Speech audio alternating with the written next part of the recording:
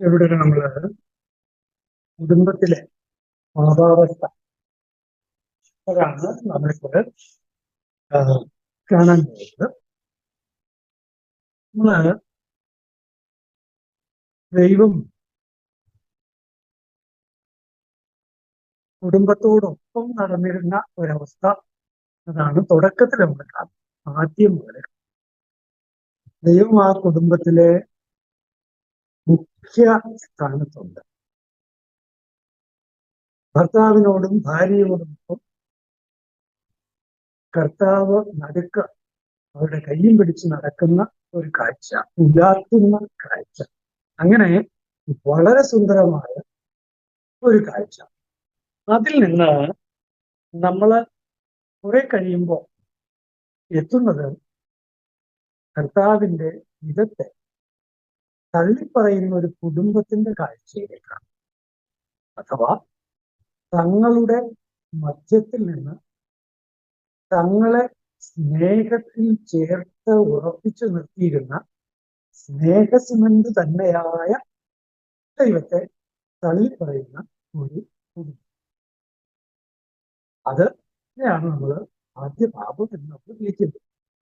അപ്പോൾ അനുസരണക്കേട്, ദൈവത്തിന്റെ ഹിതത്തെ തള്ളിപ്പറഞ്ഞുകൊണ്ട് അനുസരണക്കേട് കാണിക്കുന്ന ആ കുടുംബം പിന്നെ നമ്മൾ കാണുകയാണ് ഇവിടെ ഛിദ്രം അവസ്ഥയായി. അവര് കുറ്റപ്പെടുത്തുന്ന അവസ്ഥയിലേക്ക് വരികയാണ്. ആദം പറയുന്നു, നീ എനിക്ക് കൂട്ടിൽ തന്ന ഈ സ്ത്രീയാണ് അത് തന്നത്. ഈ സ്ത്രീ എന്തൊരു വാക്കുകളാണ്! ഞാൻ തൊട്ട് മുമ്പ് പറഞ്ഞത് എന്റെ അസ്ഥിയുടെ അസ്ഥി എന്നൊക്കെയാണ്. ഈ സ്ത്രീ ആ അവസ്ഥയിലേക്ക് കുടുംബത്തിലെ ആ പാപാവസ്ഥ അവരുടെ അകൽച്ചയിലേക്കൊക്കെ അയച്ചു. ഇവിടെ ഒരു പാപം കുടുംബത്തെ ലക്ഷ്യം വച്ചിരിക്കുന്നു. അഥവാ സാത്താൻ കുടുംബത്തെ ലക്ഷ്യം വച്ചിരിക്കുന്നു. നമുക്ക് രസകരമായ ഒരു കാര്യം 4-ാം അധ്യായത്തില് കാണാവുന്നതാണ്. 4-ാം അധ്യായത്തില് ആബേല് അതുപോലെ കായേൻ. കായേന് ആബേലിനോട് പ്രശ്നം, കുടുംബത്തിലൊരംഗത്തിന് മറ്റൊരംഗത്തോട് പ്രശ്നം. അവിടെ ദൈവം ഇടപെടുന്നതായി കാണുന്നു. 7-ാം വാക്യം 4:7 ഉൽപ്പത്തി 4:7 എന്താ കാണുന്നത്? നല്ലത് ചെയ്യുന്നില്ലെങ്കിൽ പാപം പടിവാതിൽക്കൽ തന്നെ പതിയിരിപ്പുണ്ടെന്ന് നീ ഓർക്കണം. അത് നിന്നിൽ താല്പര്യം വച്ചിരിക്കുന്നു, നീ അതിനെ കീഴടക്കണം. കായേന് ദൈവം നൽകുന്ന മുന്നറിയിപ്പാണ്. പാപം നിന്റെ പടിവാതിൽക്കൽ പതിയിരിക്കുന്നു. ഈ തിരുവചനം സത്യത്തിൽ ഓരോ കുടുംബവും പ്രത്യേകം ശ്രദ്ധിക്കേണ്ട തിരുവചനമാണ്. ഓരോ കുടുംബത്തിനും ബോധം വേണം, ആ കുടുംബത്തിന്റെ പടിവാതിൽക്കൽ പാപം പതിയിരിക്കുന്നുണ്ട്. അതേതാണ്ട് സർപ്പത്തെ പോലെ അല്ലേ? പാപം പതിയിരിക്കുക എന്ന് പറയുന്നത് സർപ്പം ഇങ്ങനെ, അല്ലെങ്കിൽ പാമ്പ് ഇങ്ങനെ അനങ്ങാതെ കിടക്കുന്നത്. ഇത് വലിയൊരു മുന്നറിയിപ്പാണ്. ഉൽപ്പത്തി 4:7 ഓരോ കുടുംബത്തിനുള്ള മുന്നറിയിപ്പാണ്. എന്നെ ശ്രമിച്ചുകൊണ്ടിരിക്കുന്ന നിങ്ങൾ ഓരോരുത്തരും ഈ തിരുവചനം നിങ്ങളുടെ കുടുംബത്തെ സംബന്ധിച്ചുള്ളതാണ് എന്ന് മനസ്സിലാക്കണം. നിന്റെ പടിവാതിൽക്കൽ പാപം പതിയിരിക്കുന്നു. കാരണം ദൈവത്തെ കുടുംബത്തിൽ നിന്ന് പടിയിറക്കി വിട്ടിട്ട് ആ സ്ഥാനത്ത് പാപത്തിന് ഒന്ന് കയറി ഒന്ന് അർമാദിക്കാൻ എപ്പോഴും ആഗ്രഹമുണ്ട്. ദൈവമുള്ളിടത്ത്, ദൈവ അവബോധമുള്ളിടത്ത്, ദൈവം നാഥനായി വാഴുന്നിടത്ത് അവന് പറ്റുന്നില്ല. അപ്പൊ അവൻ എന്തു ചെയ്യും? കുടുംബത്തിലെ അംഗങ്ങളെ മെല്ലെ മെല്ലെ മെല്ലെ മെല്ലെ ഓരോ കാര്യം പറഞ്ഞ് ഓരോ കാര്യങ്ങളെക്കുറിച്ച് ചിന്തകൾ കൊടുത്ത് ആ കുടുംബത്തിന്റെ സ്നേഹം തന്നെയായ ദൈവത്തെ മറക്കാനോ അല്ലെങ്കിൽ പടിയിറക്കി വിടാനോ ആ മനുഷ്യരെ പ്രാപ്തരാക്കുന്ന ആ ദുഷ്ടക്രിയയാണ് പിശാച് ചെയ്തുകൊണ്ടിരിക്കുന്നത്. അതുകൊണ്ട് പ്രിയപ്പെട്ടവരെ, നമുക്ക് ജാഗ്രത.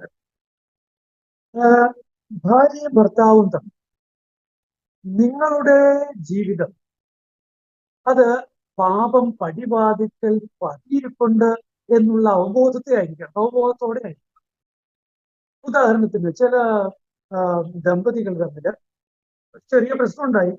ആ പ്രശ്നം അങ്ങോട്ട് പെരുപ്പിച്ച് അവസാനം ഇത് എവിടെ ചെന്ന് തീരുമെന്ന് അറിയാൻ പാടില്ലാത്ത അവസ്ഥയിലേക്ക് വരെ എത്തുന്നു. നോക്കൂ, പടിവാതിൽക്കൽ പതിയിരിക്കുന്ന പാപം അത് നിങ്ങളെ ചുറ്റി വരിയുന്നു എന്നതാണ്. അതുകൊണ്ട് തന്നെയാണ് ദമ്പതികൾ തമ്മിൽ എന്തെങ്കിലും പ്രശ്നം ഉണ്ടെങ്കിൽ അത് അന്ന് തന്നെ തീർക്കണം എന്ന് പറയുന്നു. രാത്രി കിടക്കാൻ പോകുന്നതിന് മുമ്പ് തമ്മിലുള്ള പ്രശ്നം തീർത്തിട്ട് വേണം കിടക്കാൻ പോകാൻ. എഫേസ്യർക്കുള്ള ലേഖനത്തില് 4-ാം അധ്യായത്തില് വളരെ ഭംഗിയായിട്ട് പറയുന്നുണ്ടല്ലോ, കോപിക്കാം, കോപം വരാം, സ്വാഭാവികം, കോപം വരാം. ഭർത്താവിന് ഭാര്യയോട് കോപം വരാം, ഭാര്യയ്ക്ക് ഭർത്താവിനോട് കോപം വരാം, കോപിക്കാം, അത് സാധ്യതയുള്ളതാണ്. എന്നാൽ പാപം ചെയ്യരുത്. 4:26 ഇത്രയും വാക്യം നമുക്ക് എല്ലാവർക്കും അറിയാം. അടുത്ത വാക്യം നമ്മൾ ശ്രദ്ധിക്കാറില്ല. അടുത്ത ഭാഗം എന്താണ്? കോപിക്കാം, എന്നാൽ പാപം ചെയ്യരുത്. അടുത്തത് നമുക്കറിയാം, നിങ്ങളുടെ കോപം സൂര്യൻ അസ്തമിക്കുന്നത് വരെ നീണ്ടുപോകാതിരിക്കട്ടെ. 26-ാം വാക്യം. പക്ഷേ 27-ാം വാക്യവും കൂടി കൂട്ടി വായിച്ചാലേ ഇതിന്റെ അർത്ഥം പൂർണ്ണമായിട്ട് മനസ്സിലാവൂ. 27 സാത്താന് നിങ്ങൾ അവസരം കൊടുക്കരുത്. ആ സെന്റൻസ് 26-നോട് ചേർത്ത് പോകുന്നതാണ്. കോപിക്കാം, എന്നാൽ പാപം ചെയ്യരുത്. എന്താണ് പാപം? സൂര്യാസ്തമയവും കഴിഞ്ഞ് നീണ്ടുപോകുന്ന പാപമാണ്, നീണ്ടുപോകുന്ന കോപമാണ് പാപം. കോപിക്കാം, എന്നാൽ പാപം ചെയ്യരുത്. പിന്നെ അത് വെറുപ്പായി, വിദ്വേഷമായി, വൈരാഗ്യമായി അതിങ്ങനെ വളരുക. അപ്പോൾ എന്ത് സംഭവിക്കും? പിന്നെ ആ ദമ്പതികൾക്കിടയിൽ അവിടെ വാലും ചുരുട്ടി എടുത്താൽ കിടപ്പുണ്ടെന്ന് ഓർക്കണം. അത് സാത്താനാണ്. വെറുപ്പോ, വിദ്വേഷം, വൈരാഗ്യം അത് മനസ്സിൽ കയറി നീണ്ട കാലത്തേക്ക്, നീണ്ട സമയത്തേക്ക് കോപത്തോടുകൂടി ദമ്പതികൾ കഴിഞ്ഞാൽ ഓർക്കണമേ, സാത്താന് നിങ്ങൾ ഇടം കൊടുത്തു കഴിഞ്ഞു. പിന്നെ അവൻ എളുപ്പമാണ് ബാക്കിയ പല കാര്യങ്ങളിലേക്ക്. വളരെ എളുപ്പത്തില് കാര്യങ്ങൾ അവൻ ചെയ്യും. അതുകൊണ്ട് പ്രിയപ്പെട്ട ദമ്പതികളെ, നിങ്ങളുടെ പരസ്പരമുള്ള സ്നേഹവും പരസ്പരമുള്ള ആദരവും പരസ്പരമുള്ള ധാരണയും അല്ലെങ്കിൽ ക്ഷമിക്കലും വളരെ പ്രധാനപ്പെട്ടതാണ്. ക്ഷമിക്കാം, എന്നാൽ പാപം ചെയ്യരുത്. സൂര്യൻ അസ്തമിക്കുന്നതിന് മുൻപേ പാപം അല്ലെങ്കിൽ കോപം അവസാനിക്കണം. സാത്താന് നിങ്ങൾ ഇടം കൊടുക്കരുത്. അപ്പോൾ ഭാര്യ ഭർത്തൃ ബന്ധത്തിൽ പാപത്തെ ഒഴിവാക്കി നിർത്താനുള്ള ഒരു ജാഗ്രത പാലിക്കണമെങ്കിൽ ചിലപ്പോഴെങ്കിലും ചില ദമ്പതികള് ചില പാപ കോംപ്രമൈസുകൾ ഉണ്ടാക്കും. പാപ കോംപ്രമൈസുകൾ തെറ്റാണെന്നറിയാം, മനസാക്ഷി പറയുന്നുണ്ട്, തിരുവചനത്തിന് വിരുദ്ധമാണെന്നറിയാം. ഇതൊക്കെ ശരിയാണെങ്കിലും രണ്ടുപേരും അതില് ഇവിടെ രമിക്കുകയാണ്. അങ്ങനെ പാപ കോംപ്രമൈസിൽ മുന്നോട്ട് പോവുകയാണ്. പ്രിയപ്പെട്ടവരെ, നിന്റെ പിടിവാതിൽക്കൽ പാപം പതിയിരിക്കുന്നു എന്നത് ആ തിരുവചനം ഓർക്കുക. ഇപ്പോൾ ഇതാ ഇഴഞ്ഞ് നിങ്ങളുടെ സ്വകാര്യതയിലേക്ക് വരെ അത് എത്തിയിരിക്കുന്നു എന്നർത്ഥം വരാം. ഇനി ചില മാതാപിതാക്കളുണ്ട്, അധ്യാപകര് സ്കൂളില് മക്കള് കാണിക്കുന്ന ചില കുസൃതികള്, പ്രശ്നങ്ങള് അവർക്ക് അവർ പറഞ്ഞു കൊടുക്കുന്നു. പക്ഷെ ചിലപ്പോഴെങ്കിലും അല്ലെങ്കിൽ PTA മീറ്റിങ്ങിനോ മറ്റൊക്കെ പോയപ്പോ അധ്യാപകർ പറഞ്ഞു, മോനെ ഒന്ന് നോക്കണം കേട്ടോ, അവനിങ്ങനെ ഇച്ചിരി കുറച്ച് കാര്യങ്ങളൊക്കെ പ്രശ്നമുണ്ട്, അങ്ങനെ ഇച്ചിരി തലവേദനയാണ്. ഇങ്ങനെ മാതാപിതാക്കളോട് മക്കളുടെ കുറവുകൾ ചിലപ്പോൾ അധ്യാപകരോ മറ്റാരെങ്കിലും ഒക്കെ ചൂണ്ടിക്കാണിച്ച് കൊടുക്കുമ്പോ ചില മാതാപിതാക്കൾക്ക് അത് വലിയ പ്രശ്നമാണ്. ചിലര് എപ്പോഴും പറയുന്നത് എന്റെ മോനോ എന്റെ മോളോ പാപം നിന്റെ മകന്റെയും മകളുടെയും പടിവാതിൽക്കലും പതിയിരിക്കുന്നുണ്ട് എന്ന് പ്രിയ അപ്പച്ച അമ്മച്ചി ഓർക്കണമേ. പ്രത്യേകിച്ച് കുടുംബത്തിൽ നിഷ്ഠയും നിഷ്കർഷയും വേണം. വീട്ടിൽ സംസാരിക്കാവുന്ന ഭാഷ അതിന് ഒരു ചാരുത വേണം. വീട്ടില് വെക്കാവുന്ന ചാനല്,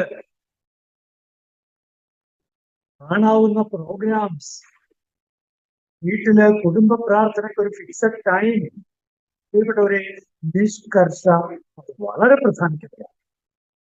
അങ്ങനെയുള്ള നിഷ്കർഷ മാതാപിതാക്കൾ പുലർത്തിയില്ല എങ്കിൽ മക്കൾ വളരെ പെട്ടെന്ന് അവരുടെ പടിവാതിൽക്കൽ ഒളിഞ്ഞിരിക്കുന്ന പാപത്തിന് അടിമകളമായി മാറും. വളരെ സൂക്ഷിക്കണമേ. പ്രത്യേകിച്ച് ഇന്ന് നമ്മുടെ കാലം നമ്മുടെ ചെറുപ്പകാലത്തെക്കാൾ നമ്മൾ കുഞ്ഞുങ്ങളായിരുന്ന കാലം എത്രമാത്രം സുരക്ഷിതത്വം ഉണ്ടായിരുന്ന ഒരു കാര്യമാണ് എന്നാലോചിച്ച്. എല്ലാ കണ്ണുകളും കൊച്ചുങ്ങളിലാണ്. അവിടെ ഇങ്ങനെ ഫോക്കസ് ഉണ്ട്. അവിടെ വൃത്തക്കേട് കാണിച്ചാൽ നേരത്തെ ചേട്ടന്റെ അടി വരെ കിട്ടും. അങ്ങനെ ഒരു ജാഗ്രത കുട്ടികളുടെ ആ ഒരു ശരിയായ ഫോർമേഷനൊക്കെ പൊതുവെ ഉണ്ടായിരുന്ന ഒരു കാലഘട്ടമാണ്. പക്ഷെ ഇപ്പോൾ നമ്മുടെ കുഞ്ഞുങ്ങൾ ജീവിക്കുന്നത് വളരെ അപകടം പിടിച്ചൊരു കാലഘട്ടത്തിലാണ്.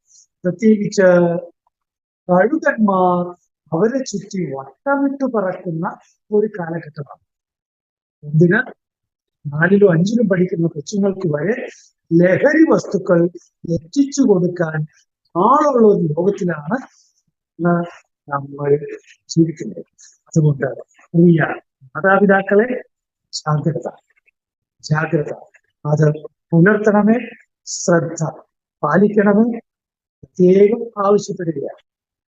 ഇനി ഒരു ക്രൈസ്തവ കുടുംബത്തെ സംബന്ധിച്ച് ഏറ്റവും വലിയ പാപം എന്തായിരിക്കും? ഒരു ക്രൈസ്തവ കുടുംബത്തെ സംബന്ധിച്ച് ഏറ്റവും വലിയ പാപം എന്തായിരിക്കും? പലതാണ്. പക്ഷേ പ്രിയപ്പെട്ടവരെ, വെറുപ്പ്, വിദ്വേഷം, വൈരാഗ്യം അത് അടിവരയിട്ട് പറയാൻ ഞാൻ ആഗ്രഹിക്കുകയാണ്. കാരണം ദൈവം സ്നേഹമാകുന്നു എങ്കിൽ പിശാച് വെറുപ്പാകുന്നു, പിശാച് വൈരാഗ്യമാകുന്നു, പിശാച് വിദ്വേഷമാകുന്നു. കുടുംബത്തിനകത്തോ പുറത്തോ ഉള്ളവരോട് വെറുപ്പ്, വിദ്വേഷം, വൈരാഗ്യം ഒരു കാരണവശാലും കുടുംബനാഥയോ മക്കളോ ഒരാളും പുലർത്താതിരിക്കാൻ കുടുംബം ജാഗ്രത പുലർത്തണം. ചില കുടുംബങ്ങളില് വർഷങ്ങളായിട്ട് സ്വന്തം സഹോദരനെ കാണാത്ത ആള്, സംസാരിക്കാത്ത ആളുകള്, ആ വീട്ടിൽ പോകാത്തവര് അങ്ങനെയുണ്ട്. എന്നിട്ട് അവരെന്ത് ചെയ്യും? മക്കളോടും പറയില്ലേ അങ്ങോട്ട് പോരുക കേട്ടോ, അവിടെ പോയി എന്നൊക്കെ പറഞ്ഞാൽ എന്നൊക്കെ പറഞ്ഞ് ഓണിട്ട് കൊടുക്കും മക്കൾക്ക്. നോക്കൂ, നിങ്ങൾ മക്കളെ പിശാചിന്റെ കയ്യിലേക്ക് എറിഞ്ഞു കൊടുക്കുകയാണ്. കാരണം വിദ്വേഷം, വൈരാഗ്യം, വെറുപ്പ് അത് കുഞ്ഞിന്റെ മനസ്സിലേക്ക് നിങ്ങൾ ഇടുമ്പോൾ ആ കുഞ്ഞിന്റെ നാശം തന്നെയാണ് നിങ്ങൾ അവിടെ അതിനിടയാക്കുന്നത് എന്നോ. അയൽക്കാരോട് അല്ലെങ്കിൽ ബന്ധത്തിൽപ്പെട്ടവരോ ഒക്കെ വെറുപ്പും വിദ്വേഷവും വൈരാഗ്യം പാലിക്കുന്നുണ്ടെങ്കിൽ വളരെ ജാഗ്രത സൂക്ഷിക്കണമേ. എത്രയും പെട്ടെന്ന് കർത്താവിന്റെ വലിയ സ്വാതന്ത്ര്യം നമുക്ക് ആവശ്യമുള്ള ഒരു മേഖലയായി അംഗീകരിക്കണം. സന്നിധിയിൽ അവിടുത്തെ കൃപയ്ക്കായി പ്രാർത്ഥിക്കണം. ഹൃദയം വലിയ ക്ഷമ കൊണ്ട് ദൈവത്തിന്റെ കൃപയാൽ നിറയണം. ദൈവത്തവരെ അത് ഇപ്പോൾ നമ്മുടെ കുടുംബത്തിലെ പാപാവസ്ഥ അതേക്കുറിച്ചാണ് നമ്മൾ പറഞ്ഞുകൊണ്ടിരിക്കുന്നത്. നോക്കണം, ചിലപ്പോ കുടുംബം തന്നെ കുട്ടികളുടെ ദോഷകരമായ വളർച്ചയ്ക്ക് ഇടയായിട്ട് വരാം. ഉദാഹരണത്തിന് ഒരു കട നടത്തുന്ന ഒരു കുടുംബം വൈകുന്നേരമാകുമ്പോ അപ്പനും അമ്മയും കൂടി വലിയൊരു വിരോധം പറച്ചിലാണ്. അതെ കണ്ടോ, ഞാൻ ഇന്ന് ക്ലാസ്സിൽ തട്ടിപ്പ് നടത്തിയിട്ട് 500 രൂപ ഒപ്പിച്ചെടുത്ത എക്സ്ട്രാ. ഇതിലൂടെ വ്യക്തമായും പാപത്തിന്റെ ആ ക്ഷണം നിങ്ങളുടെ കുഞ്ഞിന് നിങ്ങൾ കൊടുത്തു കഴിഞ്ഞു. മോനെ കത്തോളൂ കഴിഞ്ഞു. പാപത്തിന്റെ അത് പരിപാലിക്കലല്ല ഇപ്പോ പാപം നിങ്ങളുടെ കുടുംബത്തിനകത്ത് നിങ്ങളുടെ കുഞ്ഞിന്റെ ഉള്ളിൽ ഒക്കെ കയറി കഴിയും. ഇങ്ങനെയുള്ള കാര്യങ്ങളിൽ നമുക്ക് ജാഗ്രത പുലർത്താൻ അറിയേണ്ടതുണ്ട്. പാപാവസ്ഥ കുടുംബത്തിൽ നിന്ന് ഒഴിവാക്കി. പ്രിയപ്പെട്ടവർ, നമുക്ക് പാപങ്ങളെ കുറിച്ച്, ഒരു കുടുംബത്തെ സംബന്ധിച്ച് പാപങ്ങളെ കുറിച്ചൊക്കെയുള്ള അറിവ് അല്ലെങ്കിൽ ധാരണ അത് കുടുംബത്തിന് മൊത്തത്തിൽ ഉണ്ടാവും, കൊച്ചുങ്ങൾക്കുണ്ടാവും. ചിലപ്പോ ചിലപ്പോ ചില തഴക്കങ്ങൾ കൊണ്ട്, ശീലങ്ങൾ കൊണ്ട് ചില പാപങ്ങളെ അവർക്കത് തികച്ചും നോർമലാണ് എന്ന് അവർ കരുതിയേക്കും. നിങ്ങള് മാതാപിതാക്കള് ഇപ്പോഴെങ്കിലും അത് കാണാനിടയാവുന്നു. എന്തൊക്കെയാണെന്ന് അറിഞ്ഞുകൂടെ പലതാകാം. ഏതെങ്കിലും അത്തരത്തിലുള്ള ഒരു പാപം കാണാനിടയാവുന്നു. പ്രിയപ്പെട്ട മാതാപിതാക്കളെ സ്നേഹത്തോടെ തിരുത്തി ആ കുഞ്ഞിന്റെ അകത്ത് പ്രവേശിച്ചിരിക്കുന്ന പാപത്തിന്റെ ആ ഒരു ലോഭനെ പുറത്താക്കാനായിട്ട് മാതാപിതാക്കളുടെ പ്രിയപ്പെട്ടവരെ കറക്ഷൻ, തിരുത്തൽ സ്നേഹത്തോടെ ചെയ്യാൻ നമുക്ക് കഴിയണം. പാപാവസ്ഥകളെ കുടുംബത്തിൽ നിന്ന് ഓടിക്കാൻ സ്നേഹത്തോടെയുള്ള കറക്ഷന് തീർച്ചയായും സാധിക്കും. ഇത്രയുമാണ് എനിക്ക് ഇപ്പോൾ പറയാനായിട്ട് തോന്നുന്നത്. ദൈവം നിങ്ങളെ സമൃദ്ധമായി അനുഭവിക്കും.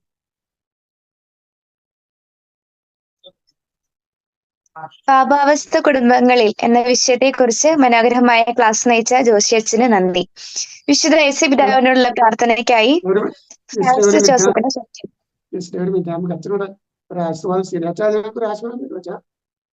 ജോസഫിനെ പ്രാർത്ഥിക്കാം. സ്വർഗസ്ഥനായ ഞങ്ങളുടെ പിതാവേ, അങ്ങയുടെ നാമം പൂജിതമാകണമേ, അങ്ങയുടെ രാജ്യം വരണമേ, അങ്ങയുടെ തിരുമനസ് സ്വർഗത്തിലെ പോലെ ഭൂമിയിലുമാകണമേ. അന്നു വേണ്ട ആഹാരം ഇന്ന് ഞങ്ങൾക്ക് തരണമേ. ഞങ്ങളോട് ചെയ്യുന്നവരോട് പോലെ ഞങ്ങളോട് ക്ഷമിക്കണം. കർത്താവ് നിങ്ങളോടുകൂടെ. സർവശക്തനായ ദൈവം പിതാവും പുത്രനും പരിശുദ്ധാത്മാവും നിങ്ങളെ സമൃദ്ധമായി അനുഗ്രഹിക്കുന്നവരാകട്ടെ. ഈശോ മിശിഹായ്ക്ക്